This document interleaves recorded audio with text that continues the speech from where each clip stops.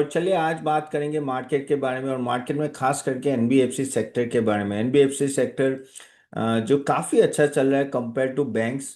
थोड़ा डिटेल में बात करेंगे कि किस तरह के एनबीएफसी स्टॉक्स है और कौन से स्टॉक ज़्यादा अच्छा परफॉर्म कर पाएंगे यहाँ से। और एनबीएफसी में कौन से टॉप स्टॉक्स है जो लग रहा है कि यहाँ से अच्छा परफॉर्म करे। देखो एनबीएफसी ओवरऑल काफ़ी अच्छा चल रहा है, लेकिन और भी काफ़ी सारे पहलू है जिसके वजह से एनबीएफसी और अच्छा परफॉर्म कर सकता है। तो चलिए बात करते हैं उसके बारे में। First of all welcome everyone. अगर आपको मेरी आवाज़ सुनाई दे रही है then just type yes in the chat box. Just type yes in the chat box. और आज हम लोग एनबीएफसी सेक्टर में एक एक पॉइंट देखेंगे, किस तरह से उसको एनालाइज किया जाना चाहिए, क्या क्या चीज़ें ध्यान में रखनी चाहिए। मैं एक खुद सेबी रजी से रिसर्च एनालिस्ट हूँ गाइस, और हमारे 4,000 से ज़्यादा मेंबर्स है। और न we do give recommendation across equity, mutual fund, bonds, ETF and everything. तो मैं बताऊंगा आपको किस तरह से हम लोग ओवरऑल स्टॉक सिलेक्शन करते हैं और किस तरह से पॉइंट्स देखते हैं। Okay. Yes Sumi, Jitendra, Rampal, yes happy Diwali to everyone guys. तो चले और यस एंड में एक अच्छी अनाउंसमेंट भी होगी क्योंकि दिवाली पीरियड है तो स्पेशल अनाउंसमेंट होगी। Okay. The session will be mostly up to 1 hour only, उससे ज़्यादा नहीं होगा, तो टेंशन मत लीजिए, लंबा टाइम नहीं लूंगा आपका। चलिए एनबीएफसी सेक्टर के बारे में बात करते हैं। तो देखो आपको पता है कि जिस तरह से दो सेगमेंट होते हैं, एक है बैंकिंग सेगमेंट और एक एनबीएफसी सेगमेंट।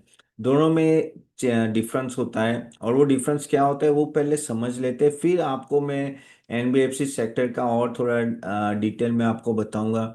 क्या होता है कि जो जो बैंक्स होते हैं ना, वो बैंक्स बेसिकली क्या होता है कि वो आपके करंट अकाउंट, सेविंग अकाउंट सब ओपन कर सकते हो, एनबीएफसी में आप ओपन नहीं कर सकते हो। ओके, तो कैसा है कि इस तरह से अकाउंट, सेविंग अकाउंट वो सब नहीं, तो हाँ कुछ कुछ एनबीएफसी जो डिपॉजिट होती है वो कुछ एनबीएफसी कहते हैं कि डिपॉजिट ले सकते हैं, उसके लिए एक स्पेशल अप्रूवल चाहिए। तो वो कुछ part of the NBFC deposit लेती है, otherwise normally banks are much more liable और can authorize to take a FD, और you can say opening a current account, saving account. तो कहते हैं ना कि बैंक्स की फंडिंग जो होती है ना वो सस्ती होती है। देखिए एक बात समझे, एनबीएफसी किस किस बिजनेस में है कि यहाँ से पैसे आए, पैसे वो बेसिकली लैंड करते हैं। या तो आप हाउसिंग लोन लेते हो, जैसे आप एलआईसी हाउसिंग से लोन लेते हो या एलएनटी फाइनेंस से या कोई भी, तो आप पीएनबी हाउसिंग फाइनेंस, तो आप लोन लेते हो तो आपको लोन के पैसे वो देते हैं। तो वो पैसे आते कहाँ से? वो पैसे आते हैं उनके, या तो वो बैंक से बोरो करते हैं, या तो इंस्टीट्यूशन से, या तो ओपन मार्केट में जाके बोरो करते हैं। वो सेविंग अकाउंट, करंट अकाउंट से बोरो यानी फंडिंग नहीं कर सकते। बैंक का क्या होता है कि bank current account, saving account open करता है, तो बेसिकली आपके पैसे वहां लगते हैं, तो उसके बेस पे भी वो लोन दे सकते हैं। तो बैंक के जो लो जो फंडिंग होता है वो कंपेरेटिवली सस्ता है, क्योंकि आपको सेविंग अकाउंट में 4-5% ही मिलता है ना, 4%। जबकि इन लोगों के वो बैंक से बोरो करते हैं तो उनको हायर इंटरेस्ट रेट पे करना पड़ता है। तो एनबीएफसी का नेट इंटरेस्ट मार्जिन कंपैरेटिवली कम हो जाता है क्योंकि उसका फंडिंग कॉस्ट थोड़ा ज़्यादा होता है। तो ये एक मेन चीज़ है कि जो आपको हमेशा ध्यान है। लेकिन एक जैसे बैंक्स को एसएलआर, सीएलआर, सीआरआर और रेपो वो होता है ना, statutory reserve ratio and all that, वो सब मेंटेन नहीं करना पड़ता एनबीएफसी को, जबकि बैंक को मेंटेन करना पड़ता है। जब भी वो कहते हैं ना, उतने पैसे बैंक्स को साइड में रखने पड़ते हैं। बेसिकली एनबीएफसी में वो अलाउड नहीं है, यानी अलाउड नहीं यानी उनको करने की जरूरत नहीं है। तो वो एक बेटर रहता है एनबीएफसी के लिए। एनबीएफसी के अगर आप देखो ना, तो रूल्स कंपेरेटिवली काफी लीनियन होते हैं, यानी कहते हैं ना कि अ, आराम से आप कह सकते हो कि लैंडिंग कर सकते हो कंपेयर टू बैंक्स। बैंक के ज्यादा रेगुलेशंस एंड वो सब होते हैं, तो ये चीज आपको थोड़ा ध्यान में देना है। एक मेजर डिफरेंस बोला, और भी बहुत सारे डिफरेंस है तो वो जानने की जरूरत नहीं है, क्योंकि मैं यहाँ शॉर्ट रखना चाहता हूँ। मैं ज़्यादा एक्सपांड करूंगा तो आप सो जाओगे ऐसी हालत है। ठीक है, तो एनबीएफसी और बैंक का आपको मेन, तो मैंने आपको डिफरेंस, दोनों लोन तो देते ही है। अभी एनबीएफसी में गाइस, जैसे मैंने बोला कि फंडिंग जो होता है वो बैंक से आता है या बाकी सब इंस्टीट्यूशन से, वो इंटरेस्ट ज़्यादा पे करते हैं, करेक्ट। तो अभी जैसे इंटरेस्ट रेट कट होता है मार्केट में, या आरबीआई रेट कट करती है, तो एनबीएफसी को ज्यादा फायदा होता है। क्यों होता है कि समझ लो रेपो रेट कट जो अभी आरबीआई कर रही है ऑलरेडी 50 बेसिस पॉइंट से ज्यादा आरबीआई रेट कट कर लिया है। ठीक है। और अभी जैसे वो रेट कट करते हैं ना तो क्या होता है कि बैंक्स वाले भी अपने रेट कम कम नीचे ला देते हैं। तो एनबीएफसी तो वहां से बोरो करती है या इंस्टीट्यूशन से, क्योंकि रेट कम है तो उनका जो कॉस्ट ऑफ फंडिंग होता है वो चीप हो जाता है, सस्ता हो जाता है। जबकि वो जब होम लोन देते हैं या पर्सनल लोन देते हैं या जो भी क्रेडिट कार्ड लोन देते हैं जो भी देते हैं, तो उसके सामने वो जो इंटरेस्ट होता है वो फिक्स होता है। तो समझ लो आपका, उन्होंने उनको बैंक से पैसे मिल रहे समझ लो 7% पे और वो दे रहे हैं 16% पे। तो 8% नेट इंटरेस्ट मार्जिन मिला, मोटा मोटी बढ़ रहा हूँ उसमें से। Actually cost of funding cut यानी एक्सपेंसेस कट करते हैं लेकिन वो साइड में रखते हैं। तो 8% नेट इंटरेस्ट मार्जिन ना जो आपका लोन दिया है और जो आपका कॉस्ट ऑफ फंडिंग है। अभी समझ लो 7% से 2% रेपो रेट कट हो गया है, 1.5% रेपो रेट कट हो गया आरबीआई से। तो 7% का अभी 5.5% से मिल रहा है। तो क्या हुआ कि इनका कॉस्ट ऑफ फंडिंग नीचे चला गया, जबकि वो लोन रेट तो वही रखा है जो उनका 16% था। ओके। तो आप देखिए तो उसका नेट इंटरेस्ट मार्जिन बढ़ गया। तो वो फायदा होता है कि जैसे रेपो रेट कट आता है तो एनबीएफसी का नेट इंटरेस्ट मार्जिन बढ़ता है, जिससे वो ज्यादा प्रॉफिट कमाता है। Guys, are you with me? Then just type W for with you. Hope you are getting my point. मैं क्या बोलना चाहता हूँ कि ये मैं थोड़ी टर्मिनोलॉजी इसलिए समझाना चाहता हूँ कि इससे आपको पता चलेगा क्यों बैंक एनबीएफसी कंपेरेटिवली अच्छा परफॉर्म कर रहे हैं कंपेयर टू बैंक्स। एनबीएफसी का अगर आप देखोगे ना तो परफॉर्मेंस अच्छा है, और यही नेट इंटरेस्ट मार्जिन बताइए। Yes, yes Rohan, Sumi, Mitesh, okay, Jagdish. So keep this in mind guys. तो नेट इंटरेस्ट मार्जिन बनने का एक रीजन ये है, तो उससे क्या होता है कि इनका प्रॉफिट एक्सपांड होता है। अब अलग अलग तरह की एनबीएफसी होती है। यानी यस रामपल, जैसे फॉर एग्जांपल कोई हाउसिंग लोन देता है, जैसे एलआईसी हाउसिंग हो गया, पीएनबी हाउसिंग हो गया, एलएनटी फाइनेंस हो गया। कोई कंज्यूमर फाइनेंस देते हैं जैसे बजाज फाइनेंस हो गया या जियो फाइनेंस हो गया, वो सब। कोई आपको व्हीकल लोन देता है, ऐसे बजाज फाइनेंस भी व्हीकल लोन और वो सब देते हैं। जैसे श्रीराम फाइनेंस हो गया या छोलामंगलम और ऑल दैट। इवन कुछ आपके गोल्ड लोन प्रोवाइडर है जैसे मुथूट फाइनेंस हो गया, मणप्पुरम फाइनेंस। कुछ पावर रिलेटेड फाइनेंसिंग करते हैं जैसे power finance corporation, REC, IREDA. ये सब एनबीएफसी है, ये सभी एनबीएफसी है। ठीक है। तो वो बेसिकली बैंक्स नहीं है, एनबीएफसी है। तो ये सभी एक ही कैटेगरी में आते हैं। ठीक है, लेकिन सबका सेगमेंट अलग है। तो सबका देखने का व्यू भी आपको अलग रखना चाहिए। और जरूरी नहीं है कि सब सब चीजें एक साथ बढ़ेगी। देखिए क्या होता है कि हर एक सेगमेंट के प्रोज एंड कॉन्स होते हैं। जैसे मैं आपको बताऊं कि जैसे एक कस्टमर फाइनेंसिंग होती है, जैसे बजाज फाइनेंस करता है। जैसे अभी अभी दिवाली आई है, ओके, दिवाली है तो लोग भाई अप्लायंसेस बाय कर रहे हैं, आईफोन बाय कर रहे हैं या जो भी बाय कर रहे हैं। ठीक है। तो उसके सामने उनको लोन लेना है तो वो लोन लेते हैं, बजाज फाइनेंस उनको लोन प्रोवाइड करता है, तो वो कंज्यूमर फाइनेंस का लोन होता है। ठीक है। फिर वो क्रेडिट कार्ड इशू करते हैं, जैसे बजाज फाइनेंस का क्रेडिट कार्ड है तो उसके सामने भी वो लोन देते हैं या क्रेडिट देते हैं। लोन क्रेडिट कार्ड के लोन में तो 22-24% का इंटरेस्ट रेट रहता है। ठीक है। तो आप देखिए कि हर एक का अलग अलग इंटरेस्ट रेट होता है और वो होता है, लेकिन कोलेटरल अलग होता है। कोलेटरल यानी कि अगर डिफॉल्ट हुआ तो कोलेटरल में क्या है, यानी अगर समझ लो आपने क्रेडिट कार्ड का बिल पेमेंट नहीं किया तो आपकी कोई एसेट कोलेटरल में हो तो उसको बेचवाए। जैसे आप हाउसिंग लोन लेते हो तो हाउसिंग लोन में क्या होता है कि आपने जो घर बाय किया है वो कोलेटरल होता है। यानी अगर आपने लोन पे नहीं किया तो वो आपके घर पे कब्जा कर सकते हैं। तो हाउसिंग फाइनेंस जो होता है, होम लोन होते हैं, वो ज्यादा सेफ होता है कि उसके उसके सामने कोलेटरल तो है ही, और वो एनपीए उसके कम होते हैं। नॉर्मली एनपीए कम होते हैं, जबकि कंज्यूमर फाइनेंस और क्रेडिट कार्ड फाइनेंसिंग होते हैं, और SME financing, small medium enterprise हो या एमएसएमई, मीडियम स्मॉल एंटरप्राइज हो, तो उन सब के डिफॉल्ट ज्यादा होते हैं। तो वहाँ, लेकिन वहाँ आपको इंटरेस्ट रेट तो ज्यादा मिलता है एनबीएफसी को, लेकिन बेड डेप्स के भी चक्कर ज्यादा होते हैं। जबकि होम लोन में इंटरेस्ट रेट कम मिलता है, जैसे होम लोन हो गया तो 9, 10, 11% के आसपास होगा। जबकि आप क्रेडिट कार्ड लोन लोगे, कंज्यूमर आप पर्सनल लोन लेते हो, फॉर एग्जांपल पर्सनल लोन, तो पर्सनल लोन में क्या होता है कि आपके इनकम टैक्स के रिटर्न के बेस पे वो लोग आपको लोन दे देंगे, लेकिन इंटरेस्ट रेट चार्ज करेंगे 18%, 22%, 24% ऐसा। तो कोलेटरल कम है लेकिन इंटरेस्ट रेट ज्यादा है। तो अगर डिफॉल्ट होता है तो एनपीएस बढ़ते हैं, लेकिन अगर डिफॉल्ट नहीं होता है तो आपकी प्रॉफिटेबिलिटी बढ़ती है। प्रोज एंड कॉन्स है। ठीक है, तो जैसे पीएनबी हाउसिंग फाइनेंस हो या अगर आप एलआईसी हाउसिंग फाइनेंस ना, तो वो लोग ज्यादा सेफ है क्योंकि उनकी कोलेटरल है। ठीक है, तो आपको उस तरह से, जैसे अभी मुथूट फाइनेंस है या मन्नपुरम फाइनेंस है, उनका कोलेटरल क्या है? उनका कोलेटरल है गोल्ड। ओके, कि भाई आपने गोल्ड दिया, गोल्ड के सामने आपने लोन लिया, तो गोल्ड लोन लेते हैं। तो वो तो बहुत अच्छा लो कोलेटरल है, क्योंकि क्या होता है कि गोल्ड के प्राइसेस बढ़ते जाए, जैसे आपने फॉर एग्जांपल जब वो गोल्ड था 75,000, ओके, तब आपने वो लोन लिया था।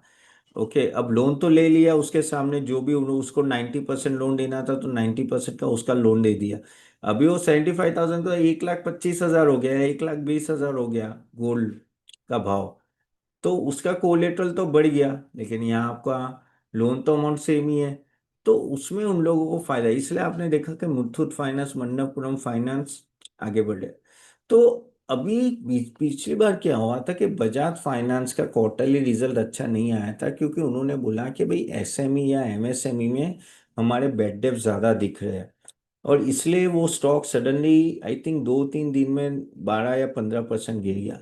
क्योंकि एमएसएमई लोन जो होता है ना, वो हाईली रिस्की लोन होता है, एसएमई लोन होता है, तो वो हाईली रिस्की लोन होते हैं, तो वहाँ बेड डेब्ट्स होते हैं ना, तो उनको डायरेक्ट हिट आती है और एनपीए बढ़ते हैं। लेकिन बजाज फाइनेंस उस तरह से ना, काफी हद तक उन्होंने बहुत ही अच्छी तरह से वो लोन देते हैं, और उनका कहते हैं ना कि लोन देने की प्रोसीजर बहुत ही स्ट्रिंजेंट होती है, इसलिए उनको एनपीए कम आते हैं। लेकिन एसएमई, एमएसएमई और माइक्रो फाइनेंस, माइक्रो फाइनेंस यानी क्या होता है कि छोटी छोटी लोन लेना, जैसे कोई सब्जियां बेच रहा है तो उसको भी 15,000 की लोन चाहिए, तो वो माइक्रो फाइनेंस हो गया।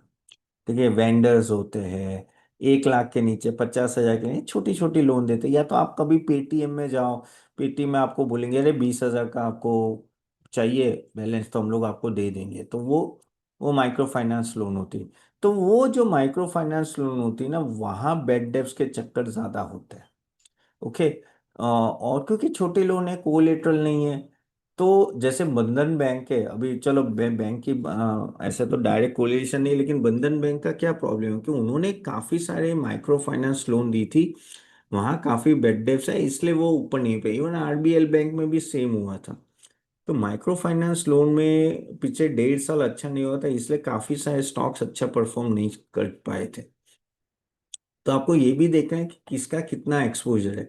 तो even though micro finance lending में बजाज फाइनेंस का कम एक्सपोजर है एमएसएमई, लेकिन मार्केट ने उसको पनिश किया, क्योंकि उन्होंने बोला कि वहाँ बेड डेप्स तो नहीं, लेकिन कह सकते हैं कि रिकवरी में प्रॉब्लम आ रहा है।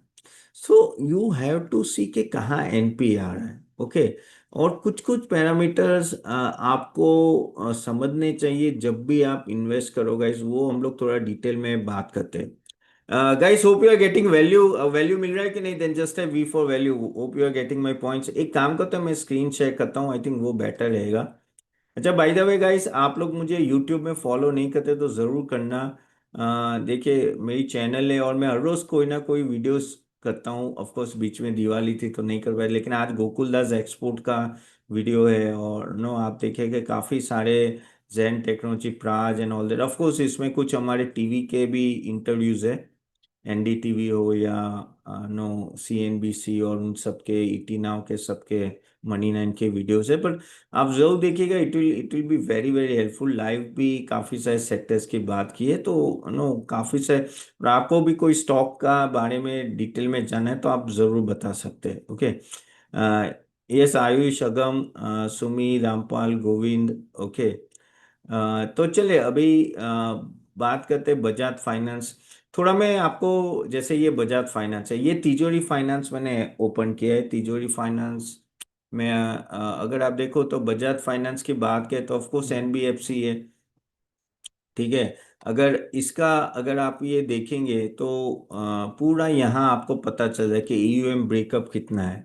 तो आप यहाँ देख सकते हो। मैं एक आध आपको कंपनी ऐसे अलग अलग एनबीएफसी के बारे में बताऊंगा, जिससे आपको पता है कि किस तरह से आपको कंपेयर करना है। अभी अभी जो बजाज फाइनेंस है उसने वो बहुत सारे लोन्स देते हैं। जैसे आपका देखिए यहाँ पूरा लिखा हुआ है कि 1 मिनट, जस्ट अ मिनट। देखिए मॉर्गेजेस यानी हाउसिंग लोन 30% है, कंज्यूमर B2B 21% है। फिर car loans 2.8, loan against securities यानी स्टॉक मार्केट में अगर आप वो रखते हो तो 6% है। Commercial lending 6, urban 7, SME lending 11 तो एसएमई लैंडिंग में उनको ज़्यादा इशू हुए थे। ओके।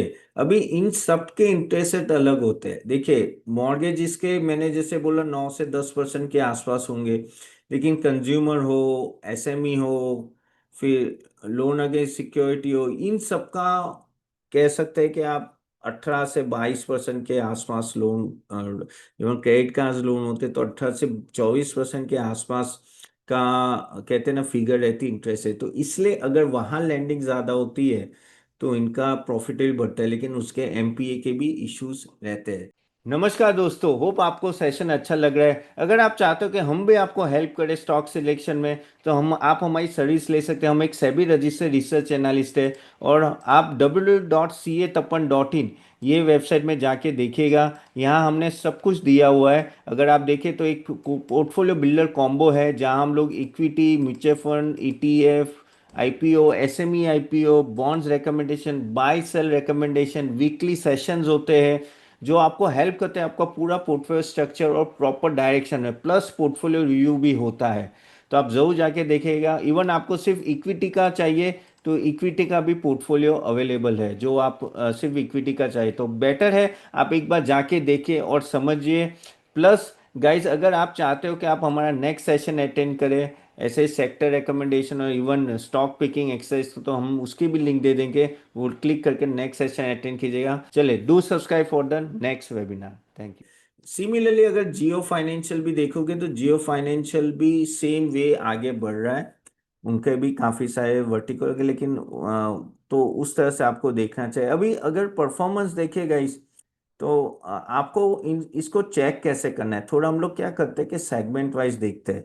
तो यहाँ मैंने कंपेयर किया है बजाज फाइनेंस, महिंद्रा महिंद्रा एंड पूनावाला। जियो नहीं लिया क्योंकि जियो का अभी पूरा ऑपरेशन चालू नहीं हुआ है।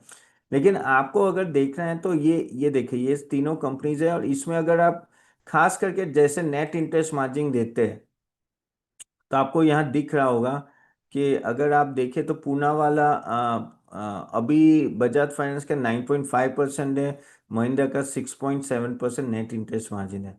नेट इंटरेस्ट मार्जिन जितना ज़्यादा होगा उतना आपके लिए अच्छा है, उतनी प्रॉफिटेबिलिटी बढ़ेगी। तो लेकिन वो भी है, बहुत भी होगा अगर बहुत ऊपर होगा नेट रिटर्न, यानी आप अनसिक्योर्ड लोन ज़्यादा दे रहे हो। अनसिक्योर्ड लोन में क्या होता है कि अगर बैड डेब्ट्स आया तो फिर आपके प्रॉब्लम है। तो इसके लिए आपको ये नेट इंटरेस्ट मार्जिन तो देखना ही है सबका, जब भी आप कंपैरिजन करो तो। सिमिलरली अलग अलग भी देखते हैं, जैसे ये कंज्यूमर फाइनेंस हो गया। अभी हम लोग लेते हैं हाउसिंग फाइनेंस।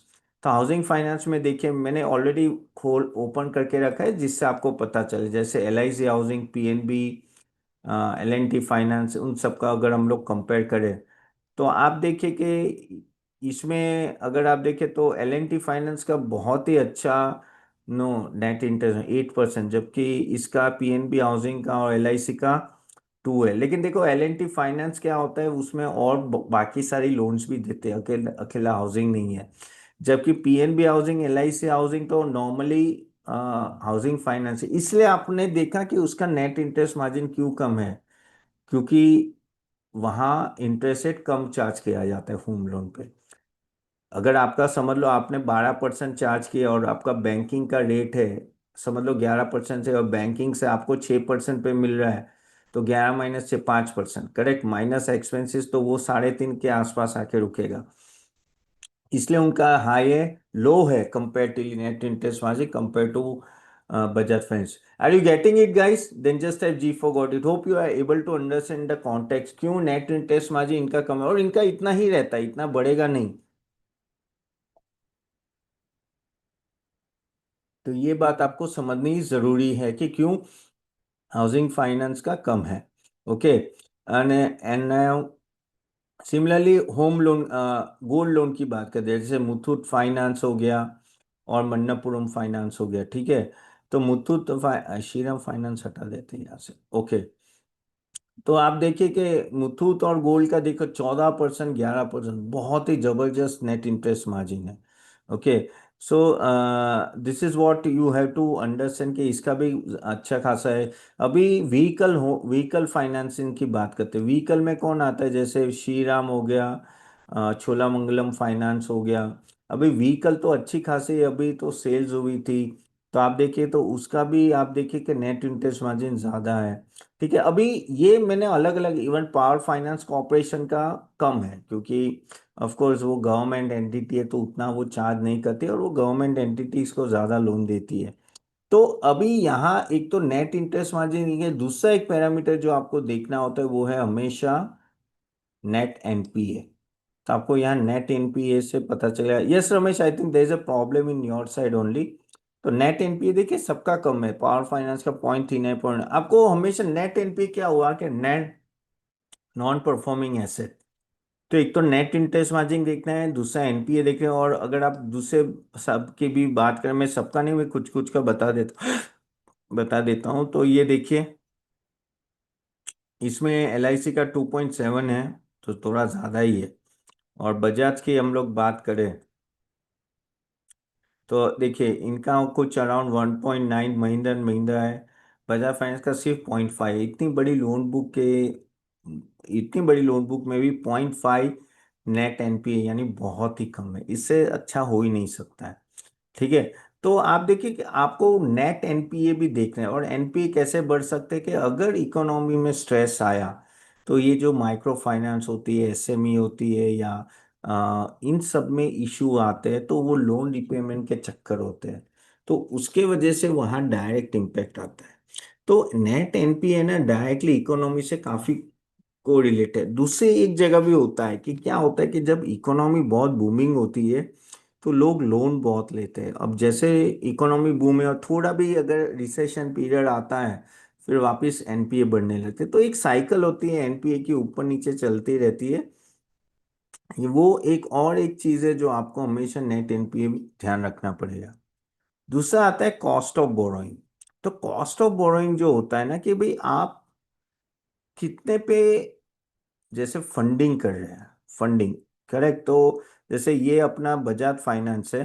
ठीक है। तो बजाज फाइनेंस की जो कॉस्ट ऑफ बोरोइंग है, वो आप देखिए कि ऑलमोस्ट बजाज फाइनेंस की 7.7 है और पूना वाले की 8 है।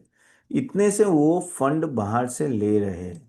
इवन अगर हम लोग कॉस्ट ऑफ बोरोइंग इन सब की करें, यहाँ क्यों एल आई सी आ रहा है, जस्ट अ मिनट, मैं यहाँ ऐड कर देता हूँ। पीएनबी।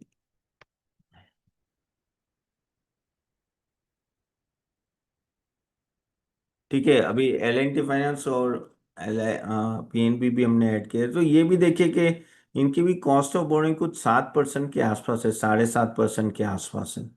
ठीक है। मुथूट फाइनेंस की अगर बात करें कॉस्ट ऑफ बोरोइंग की,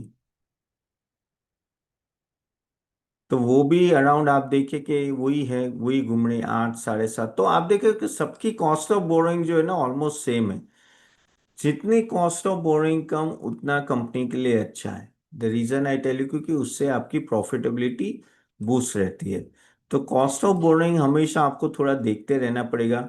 थोड़ा यहाँ अगर आप देखो तो पीएफसी उन सब की ज़्यादा कम है, क्योंकि वो कंपेरेटिवली कहते हैं ना कि गवर्नमेंट लोन्स होती है, गवर्नमेंट फंडिंग होती है।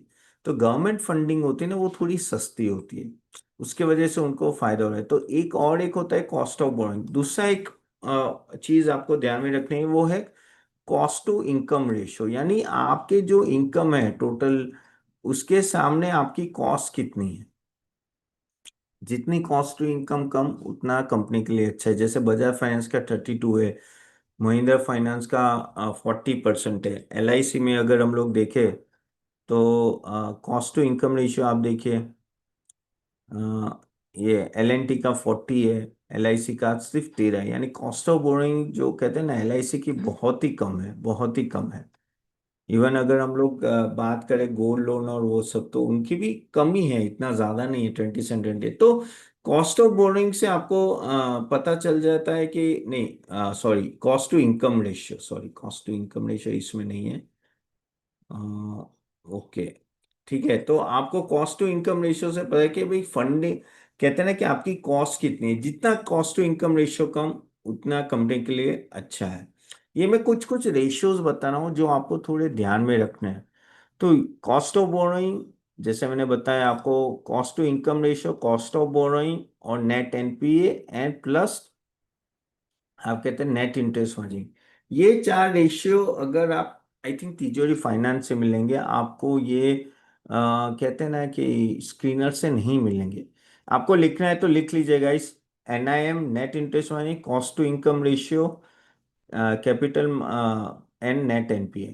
Return then just type W for return in the chat box, W for return in the chat box. एक बार लिख लो तो बोल देना। Net interest margin, cost to income ratio, cost of borrowing and net NPA, ये चार चीजें आपको तिजोरी फाइनेंस में मिल जाएगी। ये हमेशा आप देखना जब भी आप किसी कंपनी को दूसरी कंपनी से कंपेयर करते हो। ओके, ठीक है। Yash, Shardul, Rampal, okay, Mitesh, thanks for the reply.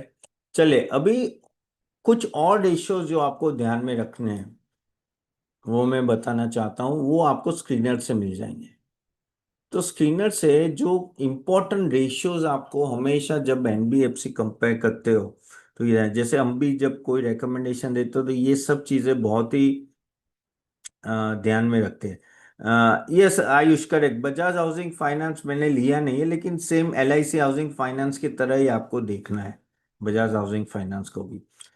अभी क्या क्या चीजें आपको ध्यान में रखनी है यहाँ, जब भी आप कोई भी फॉर एग्जांपल स्टॉक लेते हो NBFC, तो एक सबसे तीन इंपॉर्टेंट रेशियो जो हमेशा आपको ध्यान में रखने हैं स्क्रीनर में, एक है आपका ROA, return on asset, CNP divide by book value, price to book value, price to book value and ROE। ये तीन रेशियो हमेशा ध्यान में रखना, लिखना है तो लिख लीजिएगा इस ROE, ROA and price to book value. Return then just type W for return in the chat box. Okay, तो ये तीन रेशियो आपको ध्यान में रखनी है। अब क्यों क्यों देखना है मैं बताता हूँ। देखिए ये यहाँ P रेशियो नहीं चलेगा, यहाँ P रेशियो नहीं देखना है, ये NBFC है।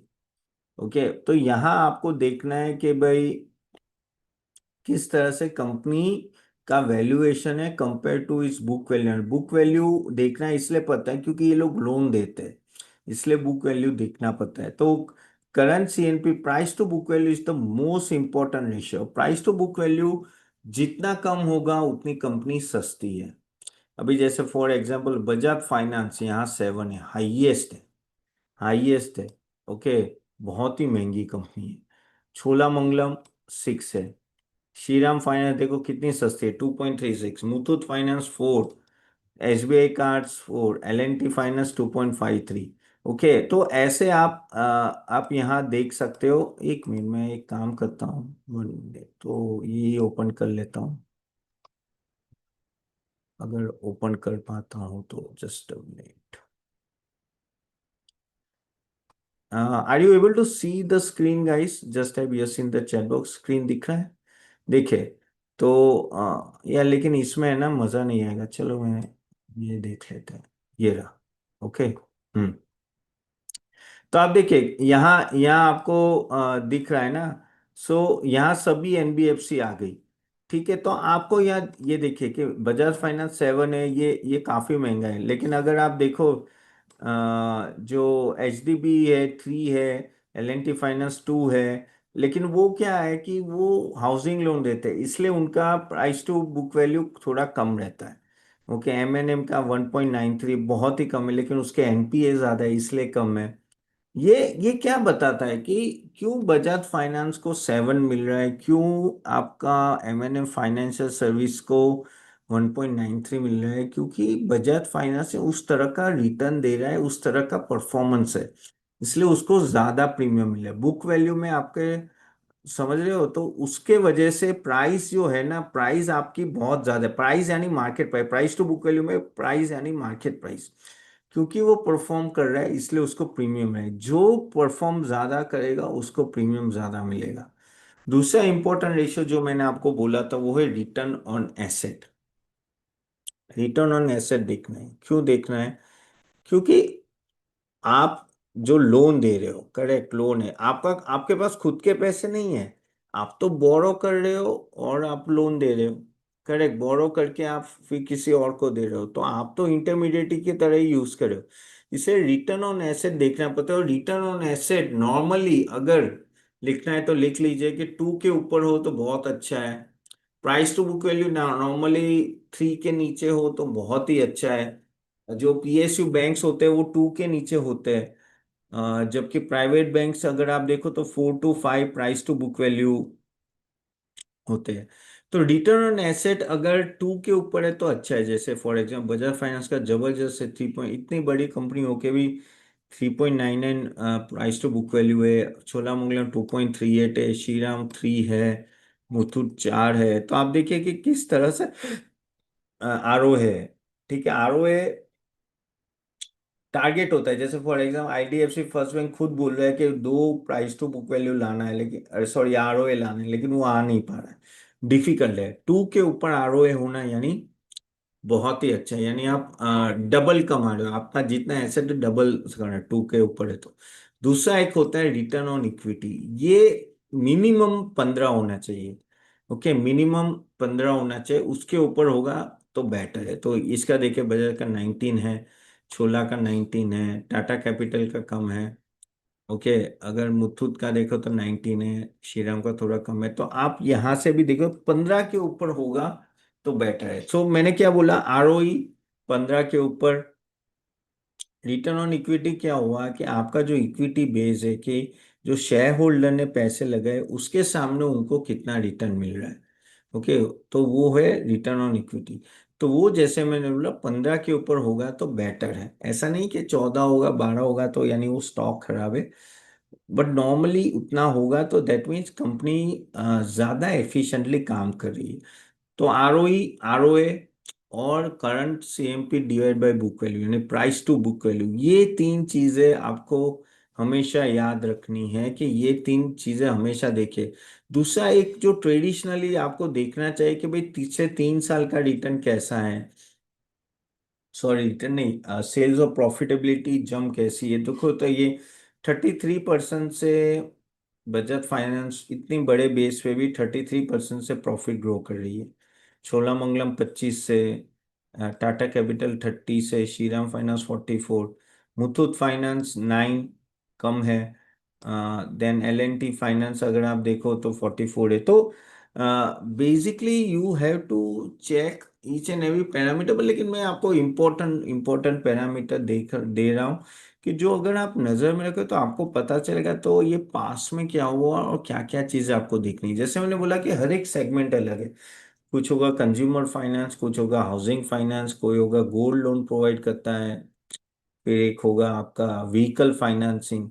तो ऐसे अलग अलग टाइप के आप कह सकते हैं कि सेगमेंट हो गए, और आपको उसमें आपको सिलेक्ट करना है कौन सा सेफ है। इवन हाउसिंग फाइनेंस होगा, तो अभी आप बोलोगे तो अपन इसमें से सबसे सेफ कौन है, कि क्या बेसिकली कौन सा सेगमेंट रिस्क कम होता है।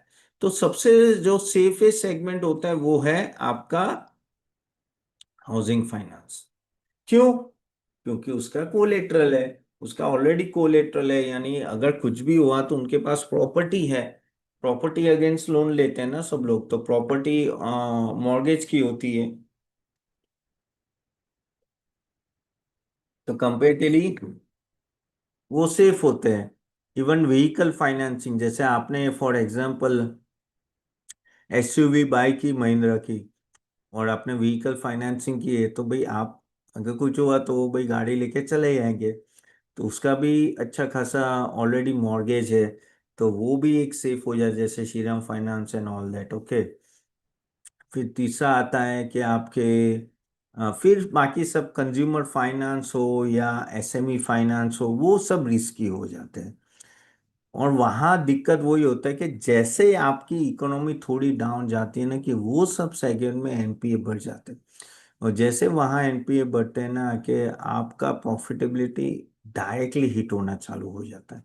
इसलिए वो थोड़े रिस्क होते हैं। इसलिए बजाज फाइनेंस को इतना प्रीमियम क्यों मिल रहा है, कि इतने रिस्की एसेट दे के भी अगर मॉर्गेज देखो तो आई थिंक उनका मे बी हमने देखा था ना 25% या 30%, एग्जैक्टली मुझे याद नहीं है कितना था। Just minute, again will check it out. अगर हम लोग बजाज फाइनेंस की बात करें तो आप देखिए कि बजाज फाइनेंस का, हाँ, 30% उनका मॉर्गेज है। ओके, बाकी सभी रिस्की एसेट्स है। ऐसे रिस्की एसेट्स में भी 0.5 का एनपीए लाना, यानी it's a commanding job. And that's why उसका 7 price to book value ratio है। So hope you are getting the link. क्यों उतना हाई है? क्योंकि वो परफॉर्मेंस उसका हाई है। Got it, then just have G for got it. क्यों उसको ज्यादा वैल्यूएशन मिले? तो यही होता है हर एक कंपनी का। आपको अगर अगर उसी तरह से अगर आप एम एन एम फाइनेंशियल देखेंगे, तो एम एन एम फाइनेंशियल का तो हालत उतनी अच्छी नहीं है। ओके, क्योंकि उसके एनपीए ज्यादा है। करेक्ट, तो एनपीए जैसे फॉर एग्जांपल नेट एनपीए अगर आप देखोगे तो ये देखिए, Mahindra and Mahindra financial service का 1.9 एनपीए है, जबकि बजाज फाइनेंस का 0.5 है। तो आपको ये दिख रहा है कि किस तरह से आपका जो परफॉर्मेंस है वही आपके स्टॉक प्राइस में दिखेगा। और एनबीएफसी एक ऐसा सेक्टर है जिसने सालों साल अच्छा रिटर्न दिया है।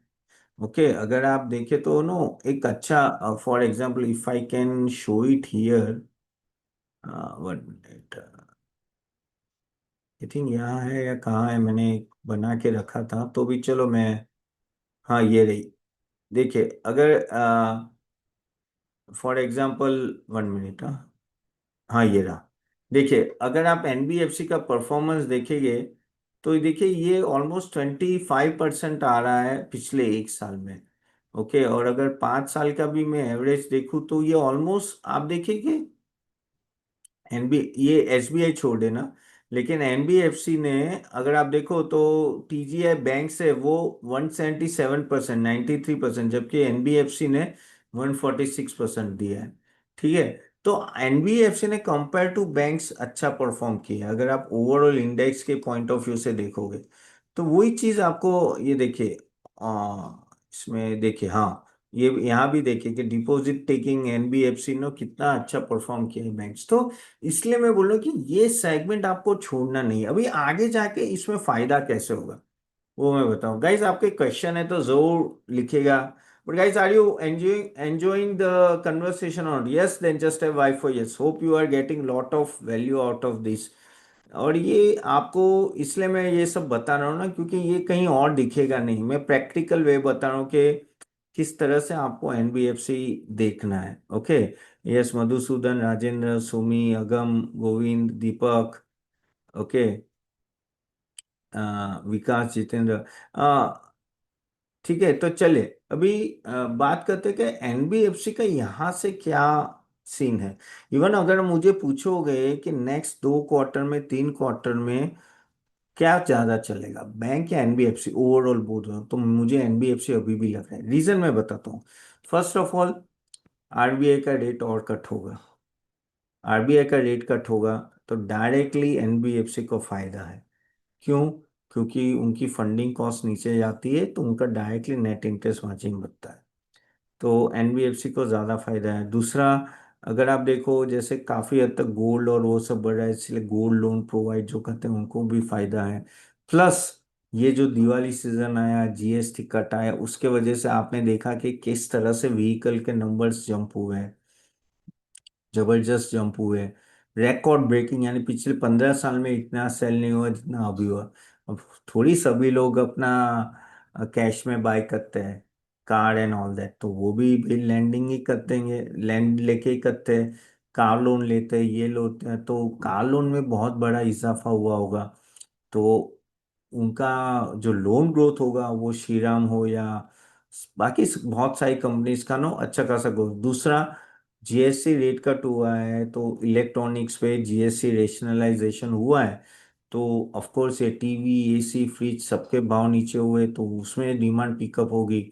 और उसमें भी लोग लोन लेते हैं, ईएमआई लेते हैं, बजाज फाइनेंस हो या बाकी सब हो, एमएनएम हो या काफी पूना वाला हो। तो वहां भी अगर आप देखो तो एक अच्छा खासा बिल्डअप होगा। तो ये सब देख के ऐसा लग रहा है कि एनबीएफसी में do far better than banks कुछ महीनों तक एटलीस्ट। इसलिए और पिछले एक साल में भी एनबीएफसी ने आउट परफॉर्म किया है बैंक्स को, और शायद ये कंटिन्यू रहेगा। अब आप बोलोगे कि तपन तो क्या लग रहा है यहाँ से हम लोग एनबीएफसी बाय करें? एनबीएफसी तो आपको बाय करना ही है at every level. If you want you can buy it out. थोड़ा डीप आता है, जैसे मैंने बोला कि आपको अगर रिस्क कम लेना है तो आप होम लोन प्रोवाइडर के पास जा सकते, जैसे एल फाइनेंस हो गया, एलआईसी हाउसिंग हो गया, पीएनबी हो गया। ओके, पीएनबी का वैल्यूएशन काफ़ी कम है कंपेयर टू एलआईसी और एल फाइनेंस। अगर आपको लो गोल्ड देखो तो Muthoot finance and all that is doing extremely well, वो भी अच्छा परफॉर्म कर रहे हैं। ओके, एंड ऑल्सो अगर आप बात करते हैं कि भाई कंज्यूमर फाइनेंस, तो देखो जियो फाइनेंस मैंने इसलिए ऐड नहीं किया कि जियो के काफ़ी सारे अभी वर्टिकल अभी ऑपरेशंस में आने वाले हैं। ठीक है, तो टाटा कैपिटल भी एक है लेकिन अभी लिस्ट हुआ है तो मैंने ऐड नहीं किया है। लेकिन अगर आप देखो बजाज फाइनेंस अभी भी अच्छा करेगा, क्योंकि दिवाली के टाइम ऑफ कोर्स सबसे ज्यादा लोन उनकी ही सेल हुई होगी बजाज फाइनेंस की, तो वो भी आपको देखना है। वो भी अच्छी सिचुएशन में अभी, और उनकी प्रॉफिटेबिलिटी थोड़ी अच्छी जंप होगी कंपेयर टू, यानी कोई कंज्यूमर फाइनेंस और वो सब होता है तो वहाँ इंटरेस्ट रेट ज्यादा होता है। व्हीकल फाइनेंस के तो मैंने ऑलरेडी आपको बोल दिया, तो आपको अलग अलग एंगल से ये सब रिव्यू करना है। लेकिन अगर मुझे बोलूँ तो NBFC overall I think it will do well. और उसमें चेरी पिक कर सकते हो आप कि भाई हर एक सेक्टर में से एक एक लेना है तो कौन से लेना है। HDFC financial I am not too much bullish on that. देखो लो हाउसिंग लोन में बढ़ेगा, धीरे धीरे बढ़ेगा। एल फाइनेंस एक है जो हाउसिंग और बाकी सब भी फाइनेंस प्रोवाइडर वो अच्छा भागा है। हाउसिंग फाइनेंस थोड़ा धीरे भागेगा। I think consumer finance vehicle financing काफी टाइम से भागे नहीं है, तो वहां आप अच्छी बढ़ोतरी देखेंगे। इवन गोल्ड लोन जो प्रोवाइड करते हैं जैसे मुथूट हो, मन्नपुरम हो, they may do well. I think Muthoot is much more preferable if you want, लेकिन वहां फोकस कीजिए। और अगर ये मार्केट नीचे आता है, अभी देखो ऑल टाइम हाई के पास आके बैठा हुआ है, क्योंकि ट्रम्प साहब ने बोला है कि भाई कहीं ना कहीं टैरिफ का हो जाएगा, और 15-16% के रेट की बातें कर रही है। लेकिन वो नवंबर एंड में होगा, तो अभी भी एक डेढ़ महीना है। लेकिन कह सकते हैं कि इस लेवल पे भी सभी एनबीएफसी काफी बढ़ चुके हैं।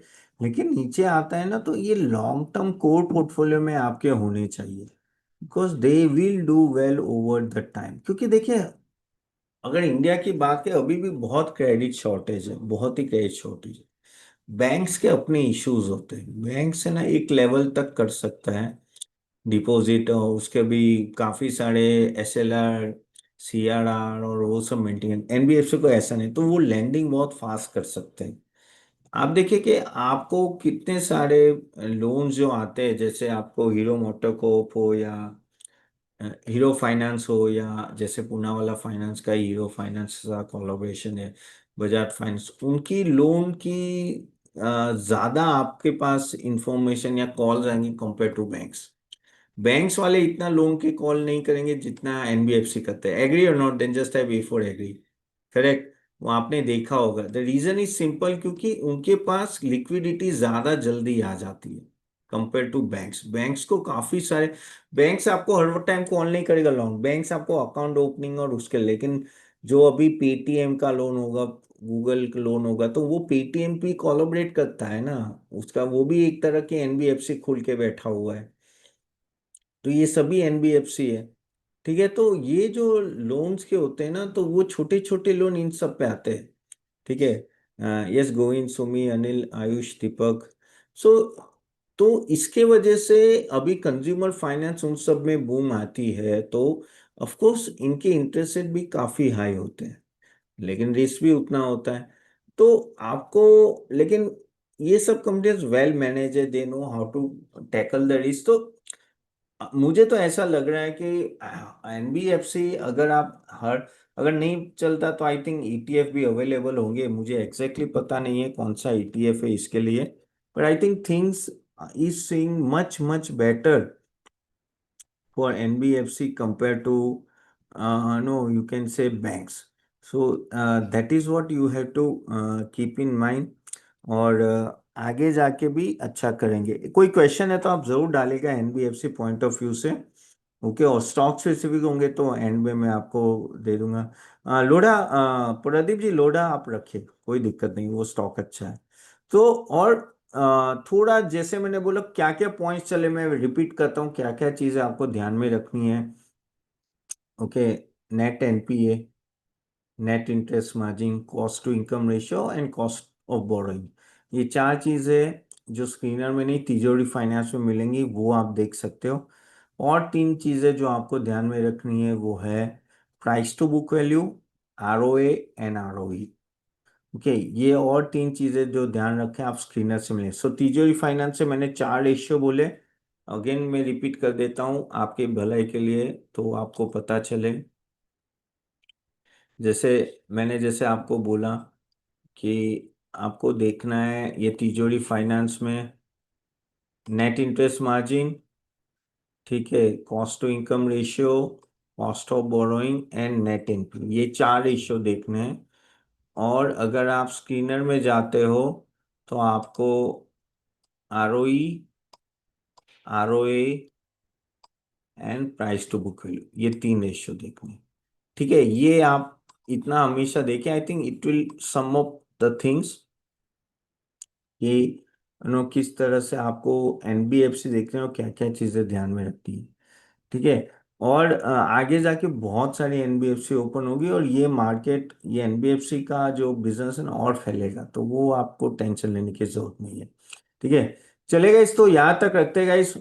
कैसा लगा आपको ये एनबीएफसी, कैसे was it informative then just have I for informative? Okay, और क्या सीखा आपने, कुछ कुछ एक आध चीज मुझे बताइए। और अभी कंटिन्यू करेंगे गाइस, क्योंकि दिवाली है, आपके लिए स्पेशल अनाउंसमेंट है, but can you just right it down how you felt about this session? नमस्कार दोस्तों, होप आपको सेशन अच्छा लग रहा है। अगर आप चाहते हो कि हम भी आपको हेल्प करें स्टॉक सिलेक्शन में, तो हम आप हमारी सर्विस ले सकते हैं। हम एक सेबी रजिस्टर्ड रिसर्च एनालिस्ट है, और आप www.catappan.in ये वेबसाइट में जाके देखिएगा। यहाँ हमने सब कुछ दिया हुआ है। अगर आप देखें तो एक पोर्टफोलियो बिल्डर कॉम्बो है, जहाँ हम लोग equity, mutual fund, ETF, IPO, SME IPO, bonds recommendation, buy sell recommendation, weekly sessions होते हैं जो आपको हेल्प करते हैं आपका पूरा पोर्टफोलियो स्ट्रक्चर और प्रॉपर डायरेक्शन में, प्लस पोर्टफोलियो रिव्यू भी होता है। तो आप जरूर जाके देखिएगा। इवन आपको सिर्फ इक्विटी का चाहिए तो इक्विटी का भी पोर्टफोलियो अवेलेबल है, जो आप सिर्फ इक्विटी का चाहिए तो बेटर है आप एक बार जाके देखिए और समझिए।